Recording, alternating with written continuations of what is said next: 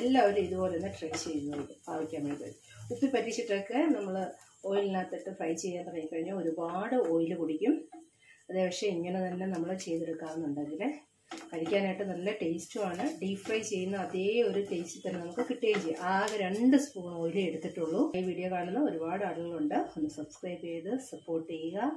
നിങ്ങളുടെ സ്നേഹം എന്ന് പറയുന്നത് സബ്സ്ക്രൈബ് ബട്ടണാണ്. ലൈക്ക് ചെയ്യണം. വീഡിയോ കാണുമ്പോൾ തന്നെ ലൈക്ക് ചെയ്യണം. എല്ലാവർക്കും ഷെയർ ചെയ്ത് കൊടുക്കണം. അപ്പം എങ്ങനെയാണ് ഈ കല്യാണ സദ്യക്കൊക്കെ ചെല്ലുമ്പം പാവയ്ക്ക ഒരു ഫ്രൈ ചെയ്ത് കൊണ്ടുവെക്കുന്നതെന്ന് നമുക്ക് നോക്കാം. മിക്ക കല്യാണങ്ങൾക്ക്, അതായത് വെജായാലും നോൺ വെജ് ആയാലും ഉള്ള കല്യാണങ്ങൾക്ക് ഒരു പാവയ്ക്ക വറുത്ത് കൊണ്ടുവെക്കാറുണ്ട്.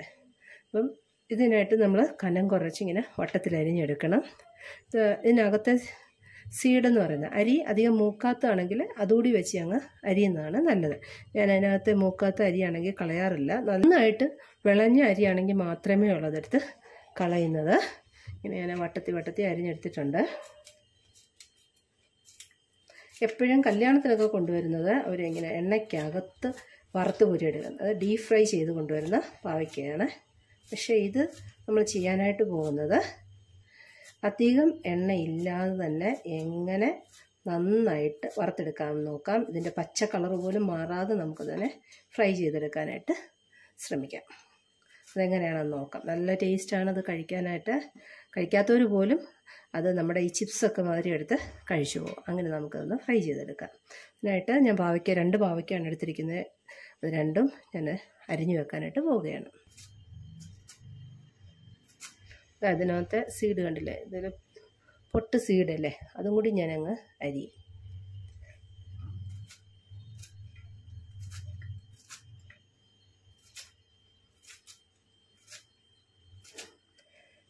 ഒരുപാട് വലിയ പാവയ്ക്കാണെങ്കിൽ 2ആയിട്ടൊന്ന് കട്ട് ചെയ്തിട്ട് അരിഞ്ഞാലും കുഴപ്പമൊന്നുമില്ല.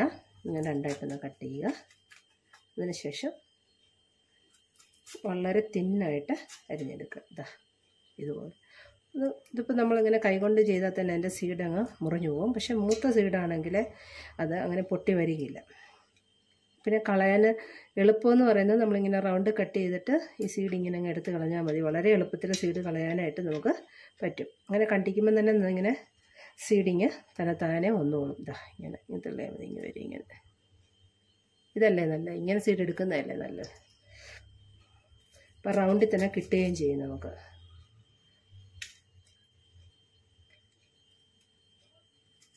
എങ്ങനെയാണോ കട്ട് ചെയ്യാൻ നിങ്ങൾക്ക് ഇഷ്ടം അതുപോലെ ചെയ്തെടുക്കുക.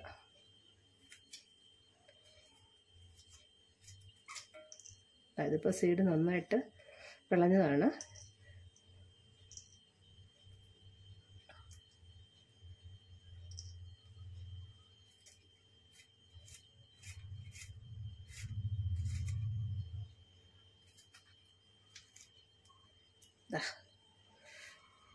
സീഡ് നന്നായിട്ട് വിളഞ്ഞെടുത്ത് വരുമ്പോൾ നമുക്ക് 2ആയിട്ട് കട്ട് ചെയ്ത് അതിനെ ഇങ്ങനെ എടുത്ത് കളയാം. സീഡിനെ വെളിയിലേക്ക് എടുക്കാം.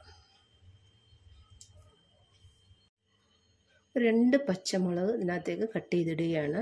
എരിവ് കൂടുതൽ ഇഷ്ടമുള്ളവർക്ക് കൂടുതൽ പച്ചമുളക് ഇടാം. 2 നെടുകയൊന്ന് പിളർന്നിടുകയാണ്.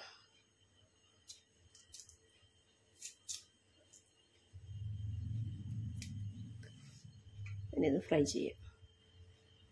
പാവയ്ക്ക ഫ്രൈ ചെയ്യുന്നതിനായിട്ട് ഞാൻ പാൻ അടുപ്പത്തേക്ക് വെച്ചിട്ടുണ്ട്. ഇതിലേക്ക് 2 ടീസ്പൂൺ എണ്ണ ഒഴിക്കുകയാണ്. അല്ലെങ്കിൽ 1 ടേബിൾ സ്പൂൺ ഓയിൽ ഒഴിച്ചു കൊടുക്കുക.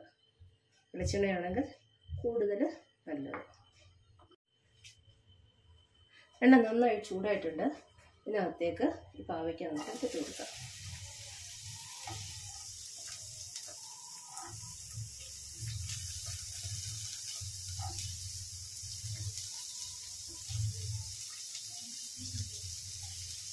കുറച്ച് പാവയ്ക്ക ഇട്ട് കൊടുത്തിട്ടുള്ളൂ. കാര്യം ഇത് ചെറിയ നോൺ സ്റ്റിക്കിൻ്റെ പാനാണ്. അപ്പോൾ അതിനകത്തേക്ക് അത്രയൊക്കെ ഉള്ളൂ. ഇത്രയും ഇടാവും. പക്ഷെ നമുക്ക് ഫ്രൈ ചെയ്ത് എടുക്കണം. ഡീപ് ഫ്രൈ അല്ല, ഷാലോ ഫ്രൈ ആണ്. അതുകൊണ്ട് ഓരോന്നും നമുക്ക് തിരിച്ചിട്ട് കൊടുത്ത് ഫ്രൈ ചെയ്തെടുക്കാൻ മാത്രമുള്ള പാവയ്ക്ക ഇട്ട് കൊടുക്കാവൂ. ബാക്കി നമ്മളിവിടെ വയ്ക്കുക. ഇത് ഫ്രൈ ചെയ്തെടുത്തതിന് ശേഷം ബാക്കിയുടെ ചെയ്യാം. ഇല്ലെങ്കിൽ ഇതുകൂടി ഇതിനകത്ത് ഇട്ട് കൊടുക്കുക. ഇതൊന്ന് ആവി കയറി കഴിയുമ്പോൾ നമ്മളെടുത്തിട്ട് പകുതി എടുക്കുക. അതിന് ശേഷം കുറേശ്ശെ ഇട്ട് മൂപ്പിച്ചെടുക്കുക. ആദ്യം 1 മിനിറ്റ് ഒന്ന് ഹൈ ഫ്ലെയിമിൽ വെക്കുക, പിന്നെ മീഡിയം ഫ്ലെയിമിലേക്ക് മാറ്റണം. ഇവിടെ കുറച്ച് ഉപ്പ് കൂടി ഇതിലേക്ക് കൊടുക്കുകയാണ്.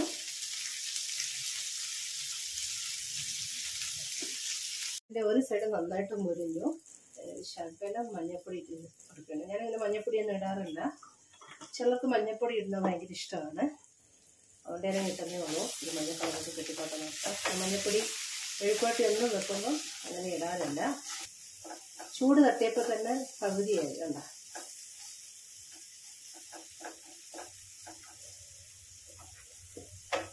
ഇതിനകത്തേക്ക് ഇടാൻ പോകുന്നതിന് പെപ്പർ പൗഡറാണ്.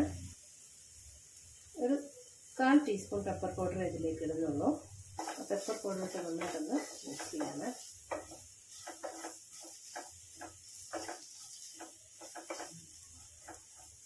നന്നായിട്ട് തന്നെ നിരത്തി ഇട്ട് കൊടുക്കണം. ഓരോന്നും പാനെ ടച്ച് ചെയ്യുന്ന രീതിയിൽ തന്നെ ഇട്ട് കൊടുക്കണം.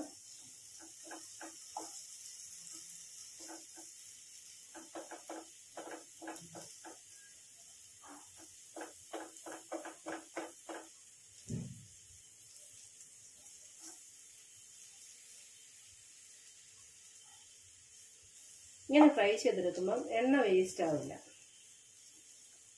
ഇനി തവയുണ്ടെങ്കിൽ തവയിലും ഇങ്ങനെ തന്നെ ചെയ്തെടുക്കാം. അതാകുമ്പോൾ 1 സ്പൂൺ എണ്ണ ഒഴിച്ച് കൊടുത്താൽ മതി.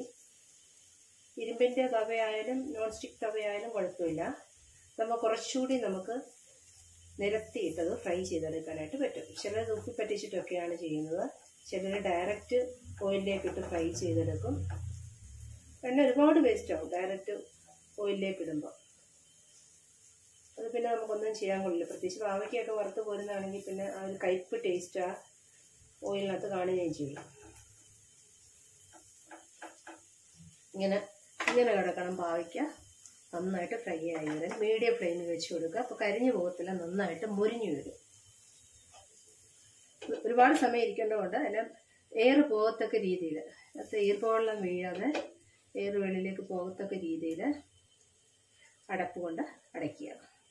അല്ലെങ്കിൽ ഈർപ്പവെള്ളം കൊണ്ട് അത് നന്നായിട്ടങ്ങ് വേകും. പാവയ്ക്ക ഒരു സൈഡ് നന്നായിട്ട് മുരിഞ്ഞിട്ടുണ്ട്. നമ്മൾ ഇനി അത് തിരിച്ചിട്ട് കൊടുക്കുകയാണ്. തിരിച്ചിട്ട് കൊടുക്കാൻ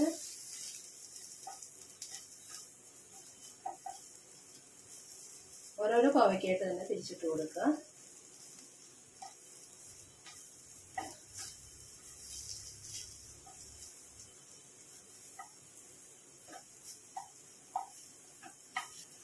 വേഗം തിരിച്ചിട്ട് കൊടുക്കാൻ 1 സ്പൂൺ കൂടെ എടുത്താൽ മതി. അപ്പോൾ വേഗം തിരിച്ചിട്ട് കൊടുക്കാനായിട്ട് പറ്റും. സ്പൂൺ കൊണ്ട് വേഗം തിരിച്ചിട്ട് കൊടുക്കാൻ. ചിലപ്പോൾ തടിയുടെ തവിയുണ്ട്, അതുകൊണ്ട് പെട്ടെന്ന് തിരിച്ചിട്ട് കൊടുക്കാനായിട്ട് പറ്റില്ല. അത് കയറില്ല, എഡ്ജ് ഷാർപ്പ് അല്ലാത്തതുകൊണ്ട് അതിൻ്റെ ഉള്ളിലേക്ക് അത് കയറി എടുത്തില്ല. ഇതൊരു സ്പൂൺ എടുത്തിട്ട് വേഗം തിരിച്ചിട്ട് കൊടുക്കുക.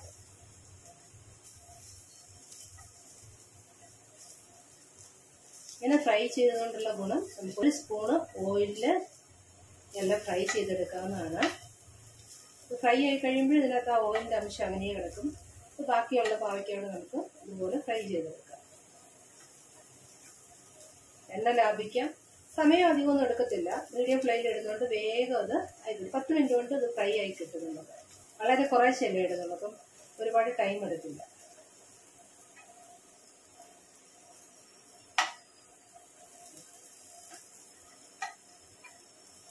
പാവയ്ക്ക പച്ചടി വെക്കാനും ഞാൻ ഇങ്ങനെ തന്നെയാണ് ഫ്രൈ ചെയ്തെടുത്തത്. അപ്പോൾ ഓയിലിൻ്റെ അധികം ആവശ്യം ഉണ്ടാവില്ല.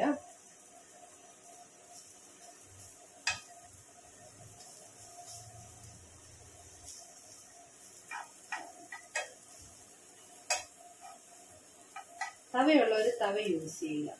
ഇരുമ്പിൻ്റെ തവയായാലും കുഴപ്പമില്ല. ഫാസ്റ്റേണ്ട തവയൊക്കെ വരത്തില്ലേ, അതാണ് ഏറ്റവും നല്ലത്. അതാകുമ്പോൾ നല്ലതായിട്ട് നമുക്ക് നിരത്തിയിട്ട് ഫ്രൈ ചെയ്തെടുക്കാനായിട്ട് സാധിക്കും.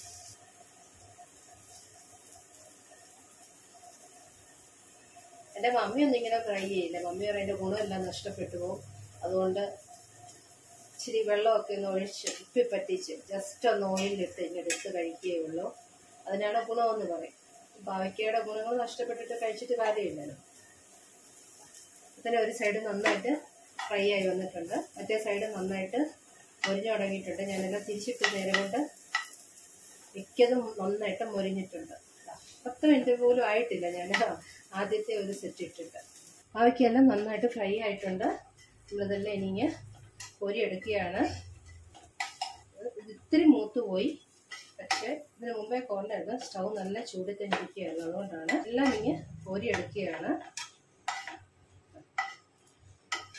കോരി എടുത്തിട്ടുണ്ട്. ഇങ്ങനെ ചിപ്സ് പൊട്ടുന്ന പോലെ നമുക്കിങ്ങനെ ഒടിച്ചെടുക്കാനായിട്ട് സാധിക്കും. എന്നാൽ അതിൻ്റെ പച്ച കളറൊന്നും അധികം മാറുകയില്ല. എണ്ണയിലിട്ട് വറുത്ത് വരുമ്പോഴേക്കും അതിൻ്റെ ആ പച്ചിപ്പെല്ലാം അങ്ങ് മാറി കരിഞ്ഞു പോകാൻ ചാൻസ് ഉണ്ട്. അപ്പോൾ ഇങ്ങനെ തന്നെ ഫ്രൈ ചെയ്തെടുക്കുക. നല്ല ടേസ്റ്റാണ് ഇങ്ങനെ കഴിക്കാനായിട്ട്. പിന്നെ ഇവിടെ വെക്കാം, ബാക്കിയുടെ ഫ്രൈ ചെയ്തെടുക്കാം. ആദ്യം ഒഴിച്ച എണ്ണ കുറച്ചൊക്കെ ഇതിനകത്തുണ്ട്, എന്നാലും 1 ടീസ്പൂൺ എണ്ണ കൂടി ഇതിലേക്ക് ഒഴിച്ചു കൊടുക്കുകയാണ്.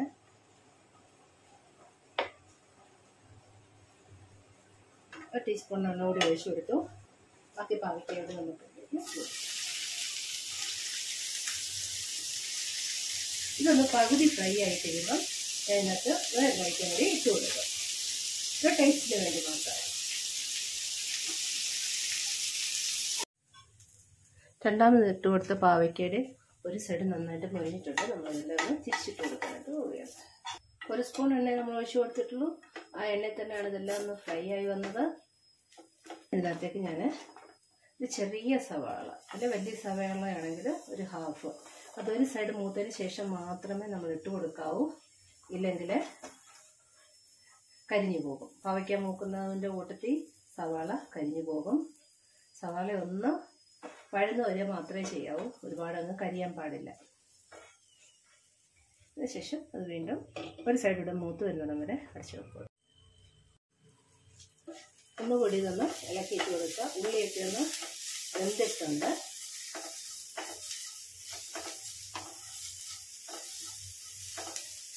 ഈ പരുവത്തിനെടുക്കുന്നതാണ് നല്ലത്. 1-2 പാവയ്ക്ക ഇട്ടിട്ടുണ്ട്, അതുകൂടെ ഒന്ന് നന്നായിട്ട് മുരിഞ്ഞോട്ടെ. ഒരുപാട് കരിച്ച് കഴിക്കാതിരിക്കുന്നതാണ് നല്ലത്. പാവയ്ക്കയൊക്കെ ഇഷ്ടമുള്ളവർ മാത്രം ഇങ്ങനെ ചെയ്യാം. പിന്നെ നന്നായിട്ട് ഫ്രൈ ചെയ്തെടുത്തു കഴിഞ്ഞാൽ പിന്നെ ഇപ്പം പാവയ്ക്ക കഴിക്കാൻ അത്ര താല്പര്യമില്ലാത്തവർക്ക് പോലും കഴിക്കാനായിട്ട് സാധിക്കും. ചില്ലി ഫ്ലേക്സ് ഒക്കെ ഇട്ട് കൊടുക്കാൻ താല്പര്യമുള്ളവർക്ക് അത് ഇട്ട് കൊടുക്കാം. ഇഷ്ടമുള്ളവരുണ്ടെങ്കിൽ ചില്ലി ഫ്ലേക്സ് ഒക്കെ ഇട്ടെടുക്കണമാണ്. 2 പാവയ്ക്കായിട്ടുണ്ട്, അതുകൂടെ ഒന്ന് മുട്ട. ബാക്കിയൊക്കെ മുളക്കും നന്നായിട്ട്. അതൊക്കെ നമുക്കിങ്ങനെ എടുത്ത് എന്നാൽ പച്ചിപ്പൊന്നും മാറിയിട്ടുമില്ല. എന്നാൽ നല്ല ടേസ്റ്റുമാണ് ഇപ്പോൾ കഴിക്കാനായിട്ട്. നല്ല ടേസ്റ്റുണ്ട്. ചിലർ പറയും എങ്ങനെ ഉണ്ടാക്കിയാലും പാവയ്ക്കയല്ലേ. പാവയ്ക്കയാണ്, പാവയ്ക്കയുടെ ഗുണം പാവയ്ക്കുണ്ട്. ഇത് നന്നായിട്ട് ഫ്രൈ ആയിട്ടുണ്ട്. എല്ലാവരും ഇതുപോലെ തന്നെ ട്രൈ ചെയ്യുന്നുണ്ട്. പാവയ്ക്ക മെഴുക്ക് ഉപ്പി പറ്റിച്ചിട്ടൊക്കെ നമ്മൾ ഓയിലിനകത്തിട്ട് ഫ്രൈ ചെയ്യാൻ തുടങ്ങിക്കഴിഞ്ഞാൽ ഒരുപാട് ഓയിൽ കുടിക്കും. അതേ പക്ഷേ ഇങ്ങനെ തന്നെ നമ്മൾ ചെയ്തെടുക്കാമെന്നുണ്ടെങ്കിൽ കഴിക്കാനായിട്ട് നല്ല ടേസ്റ്റുമാണ്. ഡീപ് ഫ്രൈ ചെയ്യുന്ന അതേ ഒരു ടേസ്റ്റിൽ തന്നെ നമുക്ക് കിട്ടുകയും ചെയ്യും. ആകെ 2 സ്പൂൺ ഓയിൽ എടുത്തിട്ടുള്ളൂ ഈ 2 പാവയ്ക്ക ഫ്രൈ ചെയ്തെടുക്കാം. ഏകദേശം 1/2 കിലോയ്ക്ക് മുകളിലുണ്ടായിരുന്നു 2 പാവയ്ക്കയും കൂടി. അപ്പം എല്ലാവരും ഇതുപോലെ ഒന്ന് ട്രൈ ചെയ്ത് നോക്കണം. ഇഷ്ടപ്പെട്ടായിരുന്നു ലൈക്ക് ചെയ്യുക. ഈ പാവയ്ക്ക ഫ്രൈ ഇഷ്ടപ്പെടുന്നവർക്കൊക്കെ ഒന്ന് ഷെയർ ചെയ്ത് കൊടുക്കുക. എല്ലാവർക്കും ഷെയർ ചെയ്ത് കൊടുക്കുക. ഇഷ്ടമുള്ളവർ ചെയ്ത് നോക്കട്ടെ. ആദ്യമായി വീഡിയോ കാണുന്ന ഒരുപാട് ആളുകളുണ്ട്. ഒന്ന് സബ്സ്ക്രൈബ് ചെയ്ത് സപ്പോർട്ട് ചെയ്യുക. നിങ്ങളുടെ സ്നേഹം എന്ന് പറയുന്നത് സബ്സ്ക്രൈബ് ബട്ടണാണ്. ലൈക്ക് ചെയ്യണം. വീഡിയോ കാണുമ്പോൾ തന്നെ ലൈക്ക് ചെയ്യണം. എല്ലാവർക്കും ഷെയർ ചെയ്ത് കൊടുക്കണം. നേരത്തെ ആദ്യം നമ്മൾ ഫ്രൈ ചെയ്ത് വെച്ചിരുന്നു, അതുകൂടെ നമുക്ക് ഇതിനകത്തോട്ട് ഇട്ടൊന്ന് മിക്സ് ചെയ്യാം. നോക്കിക്കേ, നല്ല എണ്ണ ഒരുപാട് ഒഴിച്ച് ഡീപ് ഫ്രൈ ചെയ്തെടുക്കുന്നത് പോലെ തന്നെ ഇല്ലേ. നോക്കാം, 2 സ്പൂൺ എണ്ണയിൽ നമ്മൾ ഇത്രയും പാവയ്ക്ക ഫ്രൈ ചെയ്തെടുത്ത് നോക്കാം. എല്ലാവരും ഇത് ട്രൈ ചെയ്ത് നോക്കണം. എണ്ണ ലാഭിച്ച് നമുക്ക് ഇതുപോലെ ഫ്രൈ ചെയ്തെടുക്കാനായിട്ട് സാധിക്കും. ഞാൻ കല്യാണ സദ്യയിലൊക്കെ കണ്ടിട്ടുള്ളത് ഇങ്ങനെയാണ്, ഒരു ഫ്രൈ ചെയ്തിട്ടുണ്ട്. പക്ഷെ അവർ ഡീപ് ഫ്രൈ ആണ് ചെയ്യുന്നത്. ഓയിലിനകത്ത് ഇട്ട് വറുത്ത് പോരുകയാണ്. അതുപോലെ പാവയ്ക്ക് അച്ചാർ ഇടുന്നവരുണ്ട്. അതും എണ്ണയ്ക്കകത്ത് ഇങ്ങനെ ഡീപ് ഫ്രൈ ചെയ്തിട്ടാണ് എടുക്കുന്നത്. അതിൻ്റെ ഒരു ആവശ്യമില്ല. ഇങ്ങനെ ഫ്രൈ ചെയ്തിട്ട് എടുക്കാമെന്നുണ്ടെങ്കിൽ എണ്ണ ഒരുപാട് ലാഭിക്കും. പിന്നെ അച്ചാർ ഇടുന്നത് അതിനകത്ത് തന്നെ ആണെങ്കിൽ പ്രശ്നമൊന്നുമില്ല. ഉള്ളിയും കൂടി ഇട്ടത് കൊണ്ട് ഒരു ചെറിയ മധുരവും നമുക്ക് കിട്ടും. ഒരുപാട് കയ്പ്പ് ടേസ്റ്റ് അറിയുകയില്ല. അന്നേരം പെപ്പർ പൗഡർ ഇട്ടത് കൊണ്ട് ചെറിയൊരു എരിവൊക്കെ കിട്ടും.